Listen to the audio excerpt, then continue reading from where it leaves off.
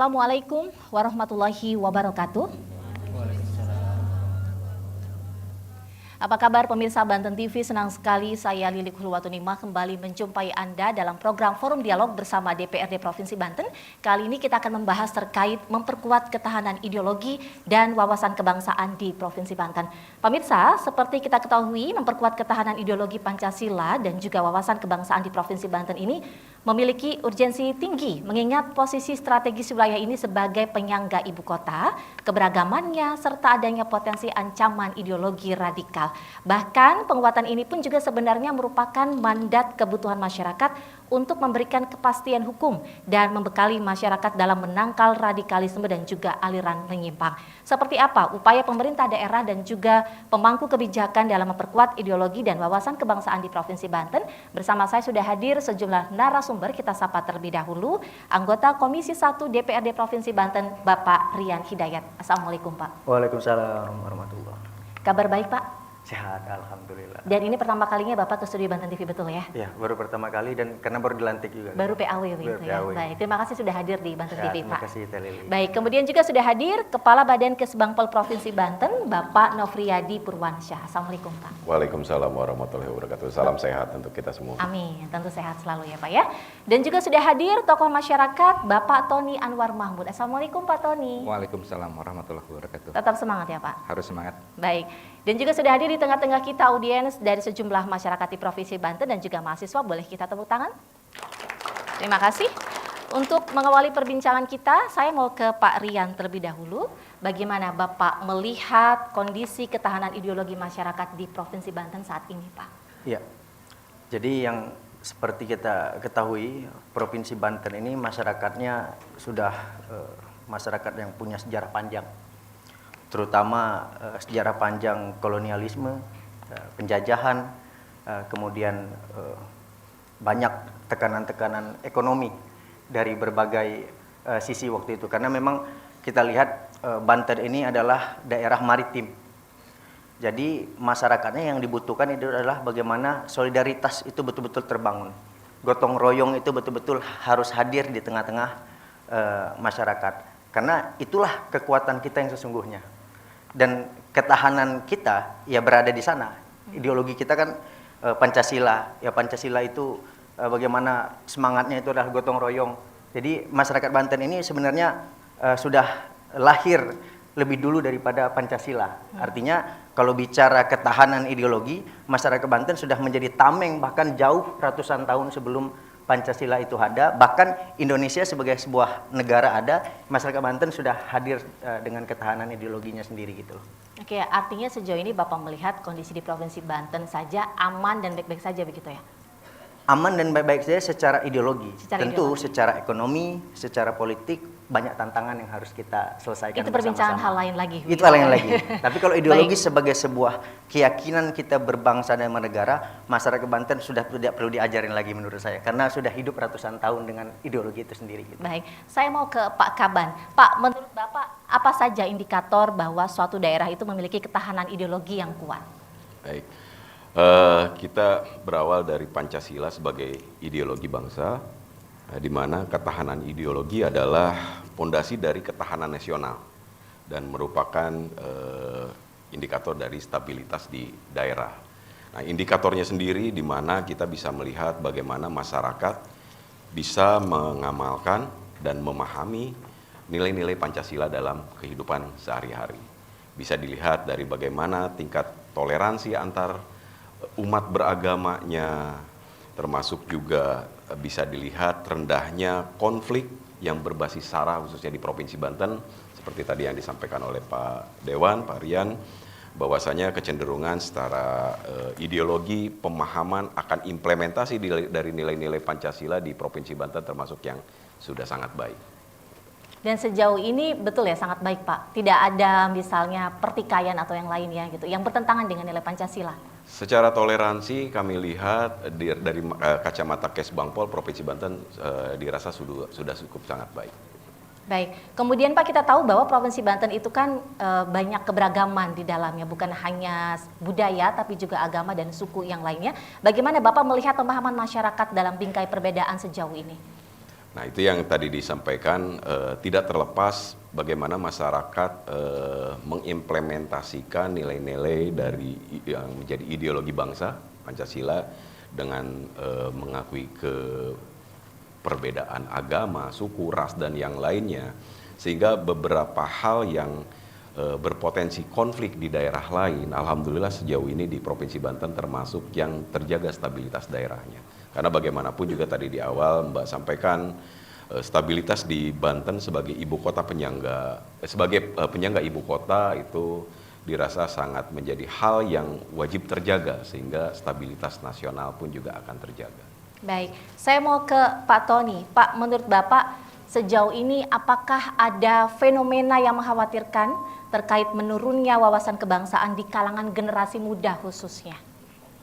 Ya, sebelumnya saya mau mengucapkan selamat dulu ke Pak Rian dan Pak Kesbangpol. Ini sama-sama baru dilantik. Sama-sama baru, betul ya. Semoga memberikan kebaikan bagi Provinsi Banten dan juga masyarakat Banten. Mudah-mudahan saya segera menyusul dilantik ya. Jadi berbicara tentang kondisi Provinsi Banten, memang Provinsi Banten salah satu daerah yang tingkat urbannya sangat tinggi, sehingga heterogenitas masyarakatnya begitu beragam, dan ini kita bisa melihat ada bibit-bibit intoleransi antara masyarakat. Intoleransi bisa terlihat dari anak-anak SMA, anak-anak yang masuk perguruan tinggi, padahal teman-teman mahasiswa 13 tahun lamanya belajar PPKN kurang lebih ya. Tetapi mereka belajar secara kognitif, tidak berbicara secara kontekstual. Misalkan kalau Pak Dewan tadi sepakat, saya mengatakan bahwa ideologi kita sudah kuat, tapi secara keseharian belum terlihat. Misalkan konteks persatuan, kita belum bisa melihat bahwa tertibnya masyarakat berlalu lintas juga belum, gitu kan. Kemudian dalam keseharian di sekolah, bullying dan lain sebagainya juga masih terjadi. Nah, artinya ada hal yang perlu kita perhatikan, kehidupan masyarakat sehari-hari ini, yang jelas ini akan mengurangi ketahanan bangsa. Sementara itu terjadi di kalangan anak muda, bahkan pelajar dan mahasiswa. Dan saya berharap ini menjadi sebuah perhatian dari pemerintah, khususnya bidang kewaspadaan nasional ataupun wawasan kebangsaan, yang bisa memperbanyak aktivitas pelajar dan mahasiswa yang aktivitas positifnya yang berkenaan dengan ideologi tadi diperbanyak. Jadi mudah-mudahan Pak Kesbangpol dan tim bisa lebih banyak roadshow ke sekolah-sekolah ketimbang mengundang teman-teman perwakilan ke sebuah tempat untuk diberikan pencerahan tentang wawasan kebangsaan. Baik, saya mau Pak Kaban mengomentari bahwa penguatan ideologi tadi yang disebutkan oleh Pak Tony belum terlihat dalam keseharian. Apa yang Bapak komentari, Pak? Baik, beberapa hal yang menjadi bagian dari program kegiatan Kesbangpol itu sendiri terkait dengan upaya berkelanjutan pemerintah daerah dalam menanamkan semangat kebangsaan, itu kita bagi menjadi 3 indikator. Yang pertama melalui edukatif, di mana secara rutinitas kami melakukan roadshow sekolah ke sekolah, termasuk juga kampus ke kampus, termasuk juga diantaranya kita berkunjung di 8 kabupaten kota di Provinsi Banten. Nah, ini juga menjadi salah satu program kegiatan yang dicanangkan oleh mitra kerja kami dari Komisi 1 untuk terus melakukan sosialisasi edukasi terhadap pelajar, mahasiswa, masyarakat yang langsung berdampak terhadap masyarakat, yang diantaranya beberapa tematik kegiatan yang kita lakukan itu adalah yang pertama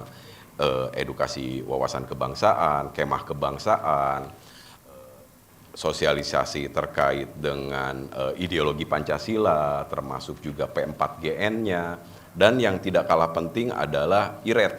IRET adalah intoleransi, radikalisme, ekstremisme, dan terorisme. Nah, ini juga menjadi bagian yang menjadi rutinitas yang saat ini diampu menjadi bagian dari program kerja di Kesbangpol yang langsung kami rasa dapat berdampak terhadap masyarakat. Oke, memang sejauh ini sudah banyak kegiatan begitu upaya yang dilakukan oleh Kesbangpol. Saya ingin juga Pak Dewan mengomentari, apakah kegiatan tadi yang sudah dijabarkan oleh Pak Kaban itu betul akan menyentuh langsung masyarakat, khususnya generasi muda? Tadi ada edukasi langsung ke pelajar dan mahasiswa, seperti apa? Ya. Saya sepakat dengan Pak Kaban sampaikan tadi bahwa kita ini pemerintah itu mesti bonding dengan masyarakat, mesti bonding dengan anak-anak mudanya. Supaya apa? Supaya betul-betul kita bisa merasakan apa yang menjadi denyut nadi pikiran yang ada di tengah-tengah masyarakat. Sehingga tadi betul yang disampaikan bahwa ya keliling-keliling roadshow-nya kita ini bukan cuma sekedar roadshow, tapi bagaimana kita bisa betul-betul memahami apa yang menjadi pikiran-pikirannya masyarakat. Ya tadi kalau disebutkan Pak Tony kan kita juga kadang ngundang, ya kan, kadang juga kita yang datang. Artinya saling gitu kegiatan kita. Jadi tidak hanya kita yang datang ke masyarakat, kadang masyarakatnya juga perlu kita undang. Nah kalau saya ini sering rutin ngundang masyarakat ke kantor DPRD, meskipun baru 2 bulan ini Pak.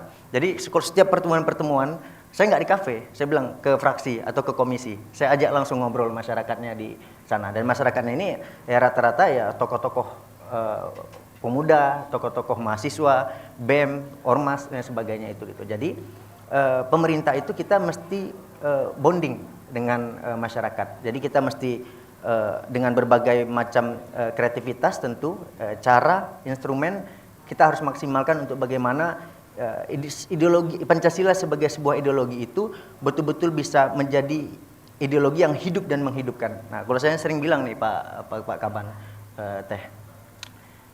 ideologi Pancasila itu tidak boleh menjadi harga mati. Dalam artian, wah ini banyak orang yang kemudian atas nama Pancasila orang mati kelaparan.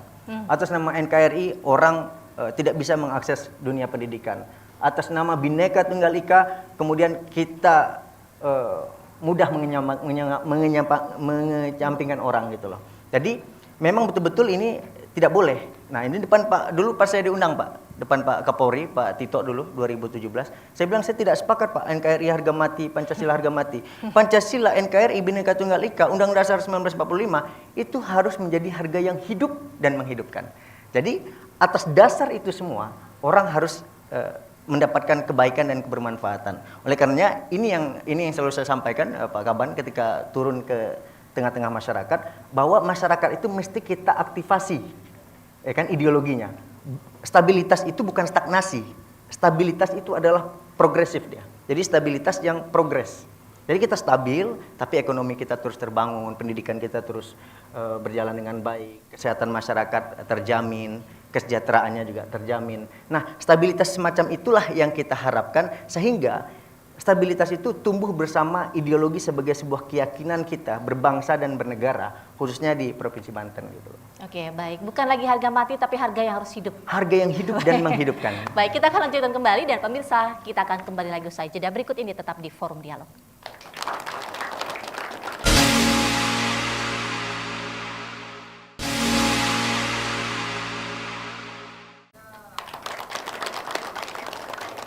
Terima kasih pemirsa, Anda masih menyaksikan Forum Dialog bersama DPRD Provinsi Banten terkait mempertahankan ketahanan ideologi begitu.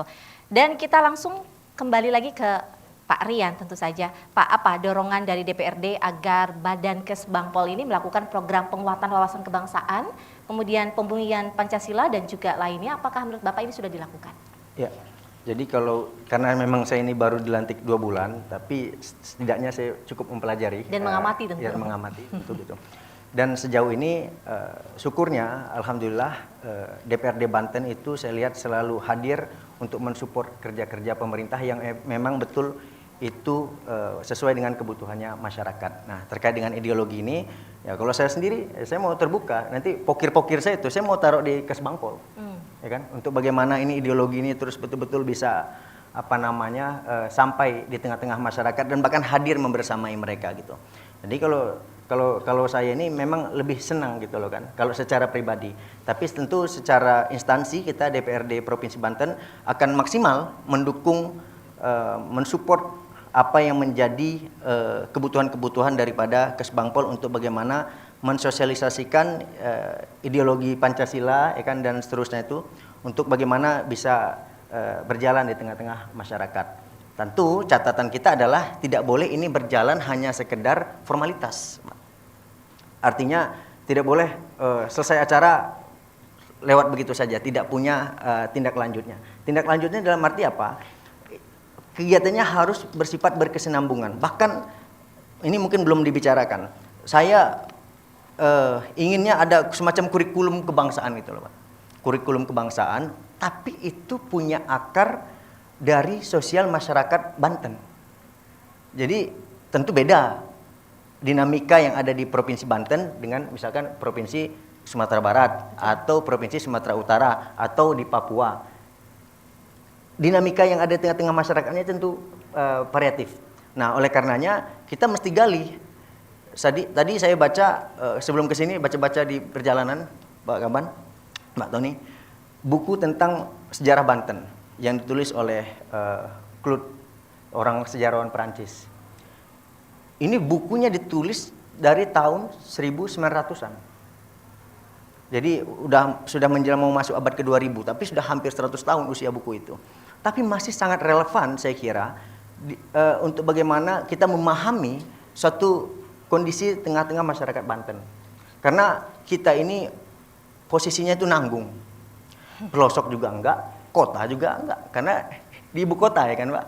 Jadi ya kadang-kadang kita kan ada tuh di viral-viral di TikTok, di medsos itu kalau plat A itu kan ada plat A, itu orang tuh males gitu berurusan dengan plat A. Nah ini tentu menjadi PR kita, Pak, iya kan, Pak? Mungkin kalau Pak Kaban amati itu, aduh plat A lagi, nah kita nggak mau urusan. Nah itu menurut saya itu stereotip, stigma yang harus segera kita antisipasi untuk bagaimana ini tidak berkelanjutan. Karena masyarakat Banten tidak seperti itu. Ya mohon maaf gitu kan. Ya kadang-kadang ya orang-orang yang di Banten ini juga nggak semuanya orang Banten asli. Kayak saya juga bukan kalau ditanya asal usul saya aslinya dari Jawa Timur, dari Sumatera Selatan, dari Lampung, udah campur-campur, Pak, kalau ditanya. Tapi kebetulan memang aktivitas saya banyak sekali di Provinsi Banten. Artinya kita tidak bisa menggeneralisir suatu tindakan negatif pada kelompok masyarakat ya kan, khususnya kita masyarakat Banten yang plat A tadi. Nah ini jadi PR kita juga gitu loh kan. Nah artinya kita ingin ke depan ini sosialisasinya juga bersifat kreatif, Pak, gitu. Jadi tidak formal semacam ini. Saya bahkan kalau ingin ada kegiatan-kegiatan kita di kafe-kafe kan. Jadi orang peserta itu tidak merasa ini sedang bersosialisasi dengan pemerintah, tapi mereka merasa bahwa mereka sedang bersosialisasi dengan diri mereka sendiri, berbicara dengan diri mereka sendiri, sehingga mereka tahu harus ngapain, harus apa ke depan ini gitu loh. Baik. Sehingga ideologi itu betul-betul tumbuh berdasarkan kesadarannya masyarakat, bukan dibuat-buat oleh pemerintah. Nah, kita tidak ingin kegiatan-kegiatan sosialisasi nanti bersifat hanya sekedar formalitas yang penting jalan, tapi ini betul-betul harus jalan yang berjalan itu harus betul-betul masyarakatnya gitu loh. Baik, saya mau ke Pak Kaban kembali. Pak Rian tadi menyatakan tidak boleh berjalan sekedar formalitas, tapi harus ada tindak lanjutnya begitu. Kemudian juga mengusulkan adanya kurikulum kebangsaan. Silakan Pak, apa yang Bapak komentari? Baik, terima kasih Mbak. Betul yang disampaikan Pak Rian, intinya dalam segi aktivitas kegiatan, apalagi menyangkut dengan program kegiatan, tidak hanya seremoni saja sudah dilaksanakan, menggugurkan apa yang menjadi tugas dan fungsi dari khususnya di Kesbangpol, tapi bagaimana kita memastikan segala program kegiatan yang menjadi bagian dari aktivitas itu berdampak terhadap apa tujuan dilaksanakan program dimaksud.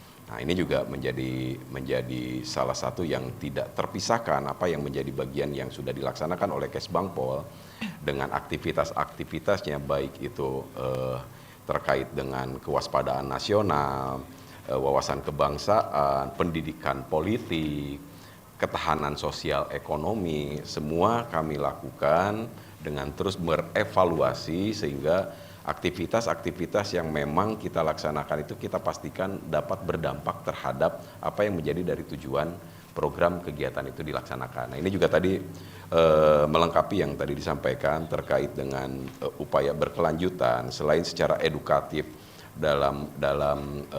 aktivitas bentuknya edukasi sosialisasi, goes to kampus, goes to sekolah. Secara preventif juga diantaranya kami lakukan terkait dengan yang menjadi atensi kami ini adalah program IRED. IRED juga hal yang menurut kami itu hal yang perlu menjadi perhatian karena intoleransi, radikalisme, ekstremisme, dan terorisme ini juga menjadi bagian yang dapat menjadi potensi seperti yang disampaikan tadi Kang Tommy, ada potensi di Provinsi Banten bila tidak dijaga akan berdampak terhadap stabilitas daerah. Nah ini di penghujungnya itu terkait dengan IRED yaitu terorisme. Di kami pun juga ada program kegiatan yang memang secara khusus menangani tentang ex-napiter, narapidana ex-teroris. Ya. Nah itu juga sampai situ pun juga kita lakukan pengawasan, pembinaan, kita pastikan apakah ex-napiter dimaksud itu sudah ada di zona hijau, ataukah masih ada di zona kuning, atau mungkin masih zona merah. Nah itu kita terus lakukan dengan stakeholder terkait, mitra strategis kami, untuk terus memastikan potensi-potensi yang ada di Provinsi Banten ini bisa terjaga. Gitu. Baik, saya ke Pak Tony. Pak, dari banyaknya sosialisasi, kemudian juga pendidikan yang mungkin sudah dilangsungkan oleh Kesbangpol Provinsi Banten, menurut Bapak selaku tokoh masyarakat, apakah kegiatan tersebut semuanya sudah berdampak terhadap masyarakat, memberikan pengaruh yang besar begitu? Ya, kalau pengaruh dan dampak pasti ada, tetapi saya khawatir bahwa Kesbangpol itu disibukkan dengan kegiatan administratif. Dalam artian mitranya banyak, mitranya ada forum koordinasi pencegahan terorisme, gitu kan, dan sebagainya. Saya mengkhawatirkan timnya Pak Kaban ini lebih ke administratif, sehingga substansinya agak terlewatkan, sehingga lebih kepada mengajak saja kepada Pak Kesbangpol dan kepada Pak Dewan tentunya yang melakukan fungsi pengawasan. Kita punya Dewan Pimpinan Daerah Ikatan Alumni Lemhanas Provinsi Banten. Menyambut keinginan Pak Dewan tentang kurikulum, Lemhanas sudah punya guidance bagaimana dari mulai NKRI, Bhinneka Tunggal Ika, Pancasila dan sebagainya, outputnya seperti apa, prosesnya seperti apa, mungkin bisa dibangun MOU secara teknis dengan Kesbangpol karena dengan provinsinya sudah, sehingga tugas-tugas Kesbangpol ini bisa diserahkan sebagian kepada mitranya Pak Kaban, sehingga secara fokus menangani hal-hal yang menjadi kekhawatiran kita bersama. Sementara kurikulumnya juga bisa didiskusikan, direview oleh Dewan DPRD, karena memang Lemhanas sendiri kan sudah jelas lembaga yang sangat menangani hal tersebut. Yang kedua, di masyarakat kita juga ada forum koordinasi pencegahan teroris tadi, judulnya pencegahan sehingga anarkisme terhadap masyarakat Banten ini bisa diwaspadai. Ada forum kewaspadaan dini dan lain sebagainya, lengkap sebenarnya alat perangnya Kesbangpol. Hanya tadi mungkin perlu ada penguatan sehingga substansinya dapat. Oke. Kurang lebih begitu Mbak Lili. Baik, Pak Rian, lalu apa pengawasan dari DPRD agar semua upaya yang dilakukan itu betul berdampak? Kita tahan dulu Pak, dan pemirsa kita akan kembali lagi usai jeda berikut ini.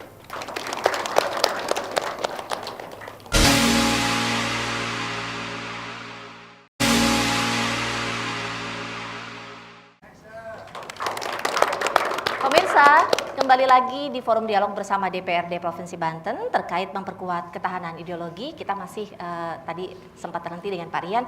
Pak, apa pengawasan dari DPRD agar upaya yang dilakukan oleh Kesbangpol itu betul berdampak? Ya, yang kita lakukan tentu pengawasan yang bersifat berkelanjutan. Jadi tidak hanya sekedar kita lihat 1-2 kegiatan, tapi bagaimana secara holistik kita harus betul-betul mengawasinya gitu.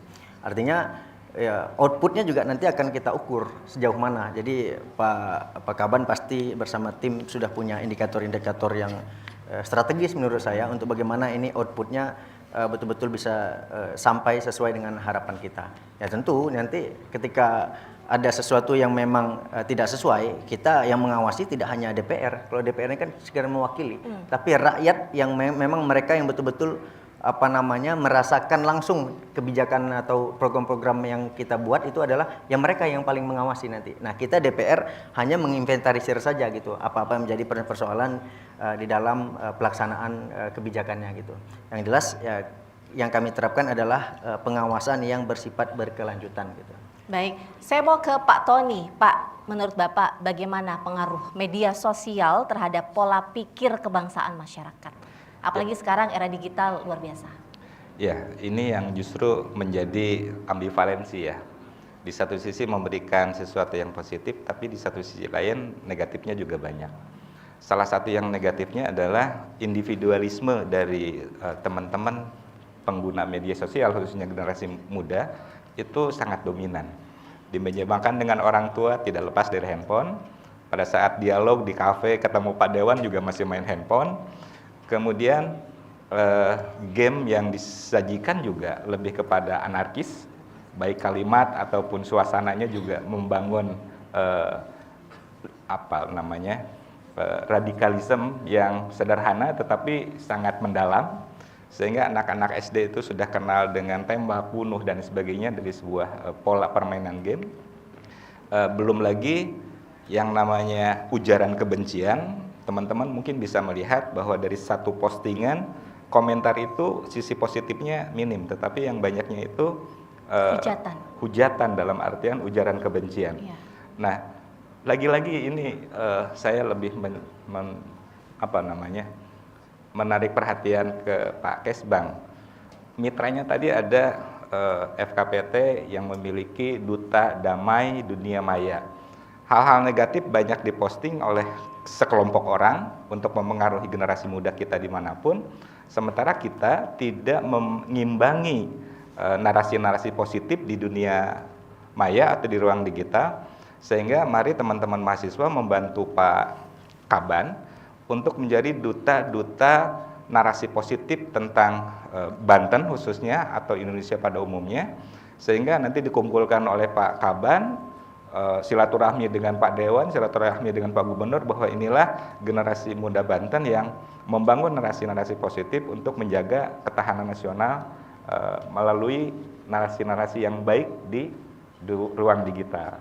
Mungkin Baik, gitu, Pak Kaban, tadi disebutkan memang medsos luar biasa gitu perkembangannya. Bahkan banyak kata Pak Tony ujaran kebencian dan yang lainnya. Apakah Kesbangpol juga menyoroti ranah medsos, Pak? Ya, bagi kami pemuda atau pelajar adalah agen perubahan di era digital. Nah, ini saya sangat sepakat apa yang disampaikan Kang Tommy, karena dengan kemudahan informasi yang dapat melalui digitalisasi ini juga berdampak, memang tujuannya adalah hal yang positif, namun dampaknya juga tidak sedikit yang cenderung berdampak juga negatif. Nah, ini contoh kecil saja. Dalam salah satu kesempatan di 1 minggu terakhir, salah satu kegiatan perayaan umat beragama di salah satu kabupaten kota di Provinsi Banten, narasi yang disampaikan di media sosial, persekusi, perayaan peribadatan, tempat peribadatan agama tertentu. Padahal yang betul adalah tidak sesuai dengan keputusan rapat persiapan pelaksanaan yang seyogianya sudah disepakati pelaksanaannya ada di suatu tempat, namun pada pelaksananya tetap dilaksanakan di tempat yang lain. Sementara di rapat persiapan itu sudah ditetapkan dan sepakat dilaksanakan di suatu tempat. Nah, tapi narasi yang dibangun itu seolah-olah dilakukan persekusi, pun juga pemaksaan, penyegelan. Nah, itu pun juga tetap dilakukan, namun setelah rangkaian peribadatan itu sudah selesai, baru dilakukan penindakan oleh pemerintah daerah setempat. Nah ini karena dibangun narasi yang diawali dengan informasi yang cenderung negatif, akhirnya saya sepakat cenderung yang komen-komen pun juga persentasenya itu di atas 80% pasti setuju dengan statement yang negatif juga.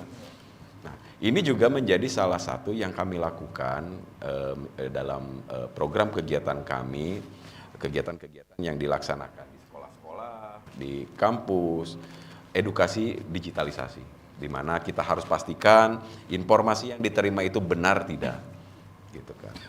Yang kedua, di saat informasi itu tidak diyakini kebenarannya, untuk tidak meneruskan informasi-informasi itu, sehingga kami harapkan ke depan adik-adik siswa, pelajar, mahasiswa di Banten itu yang kami harapkan adalah menjadi agen perubahan, di mana tumpuan dari stabilitas yang paling utama itu ya sekarang memang betul di generasi-generasi muda, gitu, karena kecenderungan persentase pengguna gadget ini kan anak-anak muda, gitu. Jadi diharapkan, kami berharap pemerintah daerah itu melalui pemudanya dapat menjadi agen perubahan. Baik, Pak Rian, ujaran kebencian masih kerap kita temukan. Tentu ini bukan nilai dari Pancasila begitu. Kalau menurut Bapak sendiri, mengapa ujaran kebencian itu masih ditemukan dalam kehidupan sehari-hari? Ya, kalau menurut saya ujaran kebencian itu hadir karena tidak adanya kesadaran di tengah-tengah masyarakat gitu. Jadi kesadaran untuk kita bersama berbangsa dan bernegara, semangat kolektivitas, semangat solidaritas, kolaborasi itu rendah. Karena kita lihat ya makin kesini itu, kalau kata ibu yang di depan tadi, makin kesana katanya. Jadi individualisme itu menjadi musuh besar kita. Padahal ruh kehidupan berbangsa dan bernegara kita itu adalah bagaimana bersosial, berkomunal, hidupnya bersama, membangun solidaritas gotong royong. Nah, sekarang dengan adanya gadget itu, orang jadinya punya aktivitas dan kesibukan masing-masing. Di kamar, ya kan, Kari, betul kata Pak Tony. Kan orang kita lagi begini aja, misalkan nanti ada tuh di belakang tuh main HP itu kan. Atau kan ibu itu aja main HP itu di belakang. jadi contoh realnya itu ada di tengah-tengah kita langsung gitu loh. Artinya ini yang terjadi real gitu. Ada berapa juta pertemuan hari ini, ya begini semua. Nah, tinggal bagaimana literasi, membangun kesadaran digital, cerdas secara teknologi itu ya betul-betul masif gitu. Bahkan mungkin kita perlu juga membuat lembaga anti hoax gitu, lembaga yang betul-betul fokus menyoroti hoax, terutama apa yang berkaitan dengan kebijakan-kebijakan. Karena banyak juga kebijakan-kebijakan kita ini bagus, tapi karena banyak yang punya kepentingan dan seterusnya itu, jadi kebijakannya seolah-olah nggak bagus. Nah, MBG misalkan contohnya, ini kan rame nih Pak sekarang. Nggak, kita harus buka gitu loh. Ini program yang bagus sekali gitu loh. Tapi penjelasan ke publiknya, yang dimunculkan ke publiknya itu lebih banyak negatifnya daripada positifnya, Pak. Jadi kalau misalkan 90 juta anak itu yang merasakan manfaatnya misalkan 80 juta orang atau 89 juta orang, ya kan, sejutanya itu yang katakanlah mungkin kurang puas, tapi yang disorot yang sejutanya, Pak. Nah, itu kan menurut saya nggak adil gitu loh penyampaian informasinya. Ya bolehlah kita kampanye dukung Pak Prabowo, program-programnya gitu kan. Untuk bagaimana, ya tadi sekali lagi kita tidak ingin kebijakannya bagus, tapi sampai di informasi di tengah-tengah masyarakatnya jadi menyimpang. Nah, itu banyak sekali. Nah, jadi menurut saya pemerintah kita mesti merumuskan satu kebijakan yang itu bagaimana nih mengcounter isu-isu hoax, isu-isu ujaran kebencian supaya ya masyarakat kita juga tercerahkan dan tercerdaskan dengan informasi-informasi yang benar gitu. Baik, kita akan berikan kesempatan untuk audiens yang ingin bertanya. Silahkan sebutkan namanya dan pertanyaan apa. Boleh dimulai dari saya ke kanan. Assalamualaikum warahmatullahi wabarakatuh. Waalaikumsalam warahmatullahi wabarakatuh. Ya, saya Siti Rohmah. Mohon izin bertanya kepada Bapak Dewan. Apa optimisme Bapak terhadap masa depan wawasan kebangsaan di Provinsi Banten? Bisakah Bapak gambarkan Provinsi Banten ke depan sesuai dengan cita-cita kita saat ini? Terima kasih. Baik, terima kasih kembali. Berikutnya boleh silahkan. Assalamualaikum warahmatullahi wabarakatuh. Waalaikumsalam warahmatullahi wabarakatuh. Nama saya Yuyun Fadilah. Saya ingin bertanya kepada tokoh masyarakat, Bagaimana dan apa yang harus kita lakukan untuk memulai dari diri kita sendiri dalam memperkuat cinta tanah air? Terima kasih. Terima kasih kembali. Terakhir silahkan. Boleh berdiri, sebutkan namanya. Assalamualaikum warahmatullahi wabarakatuh. Waalaikumsalam warahmatullahi wabarakatuh. Perkenalkan, nama saya Ana Novia. Izin bertanya, apa strategi jangka panjang yang perlu disiapkan untuk menjaga wawasan kebangsaan di Banten? Dan apa harapan Bapak terhadap generasi muda Banten dalam menjaga keutuhan bangsa? Mohon penjelasannya, Pak. Terima kasih. Terima kasih kembali, dan pertanyaan tadi akan kita ulas di segmen akhir usai jeda berikut ini.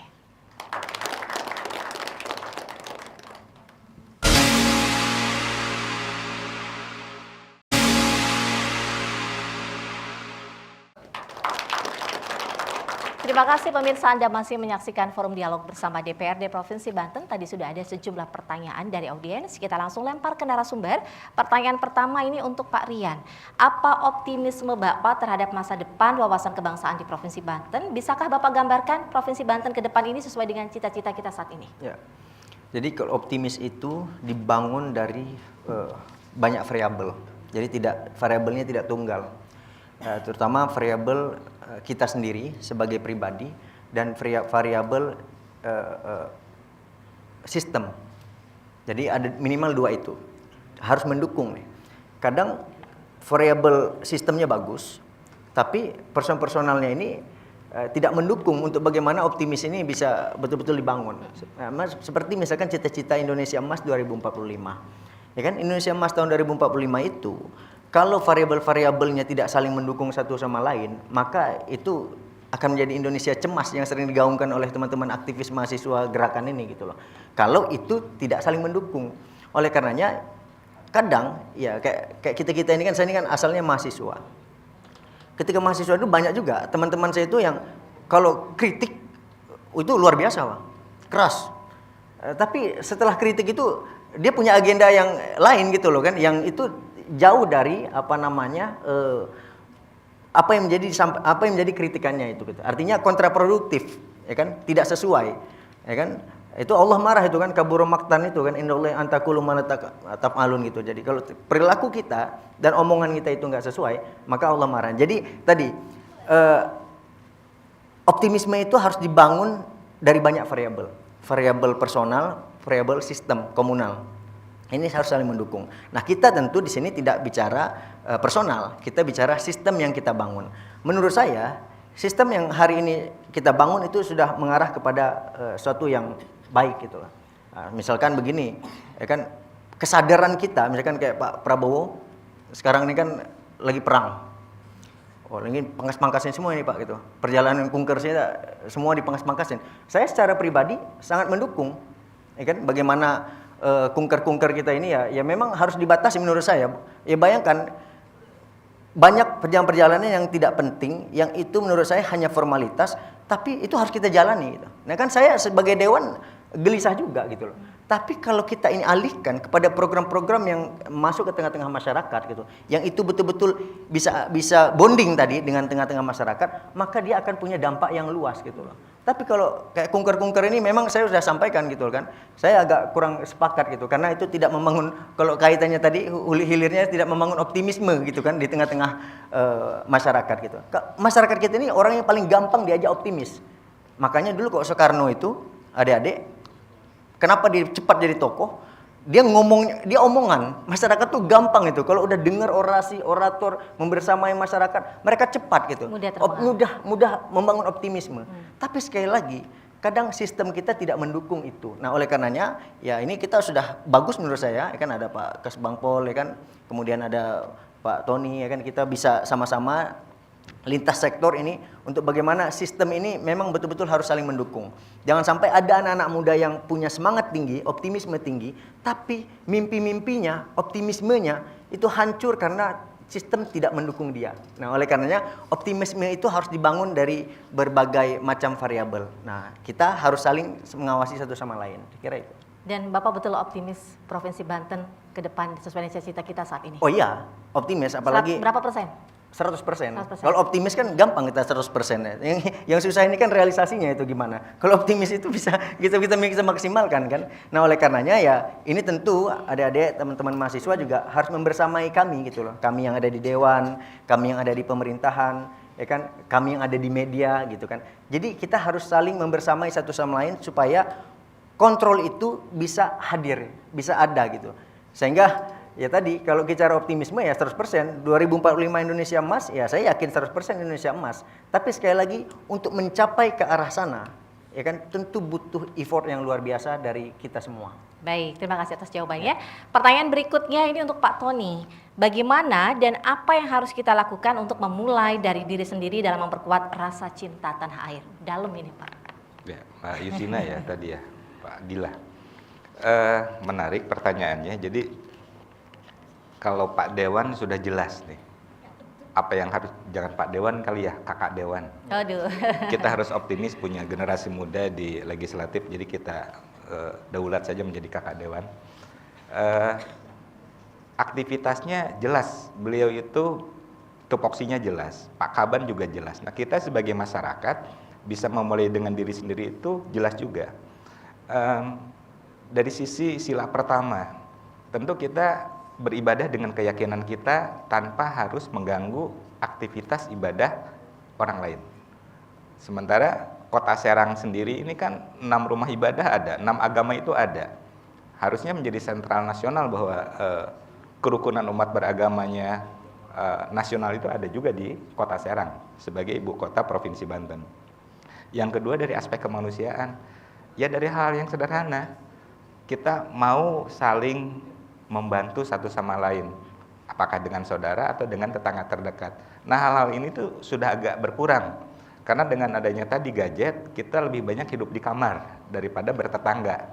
Nah, seharusnya kita lebih banyak saling memperhatikan satu sama lain, kemudian ada tenggang rasa. Nah, ini yang lagi-lagi agak mengkhawatirkan, karena individualistisnya kita di kamar, sehingga tidak terbangun yang namanya gotong royong. Kak Dewan, jadi kalau di perumahan itu ada hajatan, itu yang diundang orang luar. Iya. Orang yang tinggal di perumahannya ada hajat siapa tidak tahu. Nah, ini sudah merupakan sebuah hegemoni yang saya berharap desa itu menjadi tulang punggung, bahwa guyub gotong royongnya itu masih terlihat. Kalau ada yang hajat masih barang-barang masak dan sebagainya, tapi di perumahan tidak ada. Jadi beberapa daerah yang menjadi prioritas kita mulai bersama-sama mahasiswa dan pemerintah untuk mempertahankan budaya gotong royong tadi. Mulailah dari diri sendiri gitu. Baik. Terima kasih Pak Tony jawabannya. Berikutnya pertanyaan ketiga untuk Pak Kaban. Apa strategi jangka panjang yang perlu disiapkan untuk menjaga wawasan kebangsaan di Banten, dan apa harapan Bapak terhadap generasi muda Banten dalam menjaga keutuhan bangsa?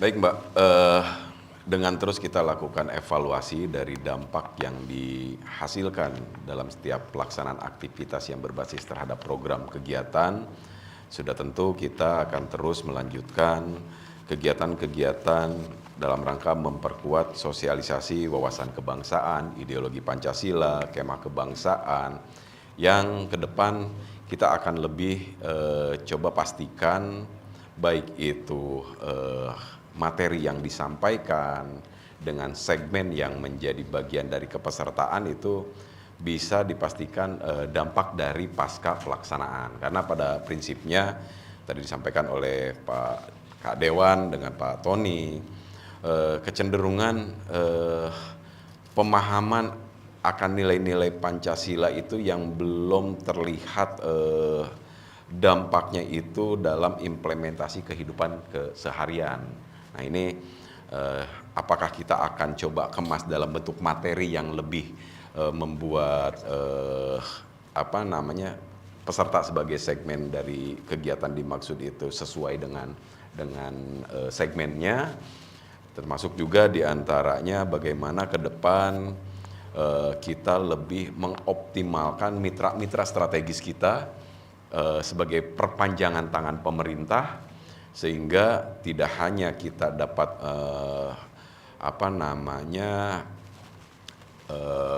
membantu organisasi-organisasi dimaksud, namun kita lebih memastikan dampak dari aktivitas yang dilaksanakan oleh organisasi-organisasi dimaksud.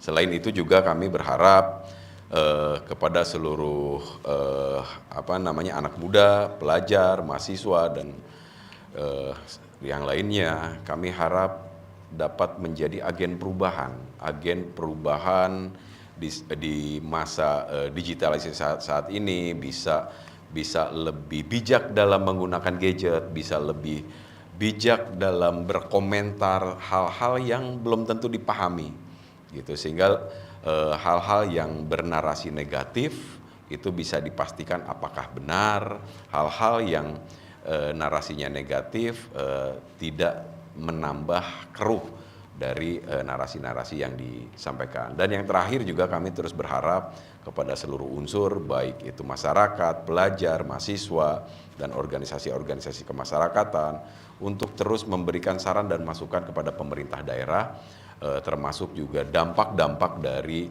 setiap aktivitas dari program kegiatan yang kita laksanakan, termasuk juga pada segmen saat ini. Beberapa hal yang disampaikan oleh Kakak Dewan, Kang Tony selaku tokoh masyarakat itu juga menjadi bagian yang kami coba implementasikan dalam pelaksanaan program kegiatan untuk ke depan. Sehingga diharapkan program ke depan pemerintah daerah Provinsi Banten di bawah pimpinan Pak Andra Soni dan Pak Wakil Gubernur Bapak Ahmad Dimyati bisa berdampak kemaslahatan untuk masyarakat di Banten.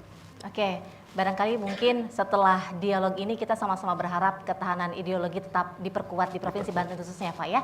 Terima kasih banyak sudah hadir di studio Banten TV, Pak Tony, Pak Kaban dan juga Pak Rian, dan juga terima kasih untuk seluruh audiens. Demikian pemirsa Forum Dialog bersama DPRD Provinsi Banten. Saya Lilik Hulwatunima dan kru yang bertugas mohon pamit. Wassalamualaikum warahmatullahi wabarakatuh.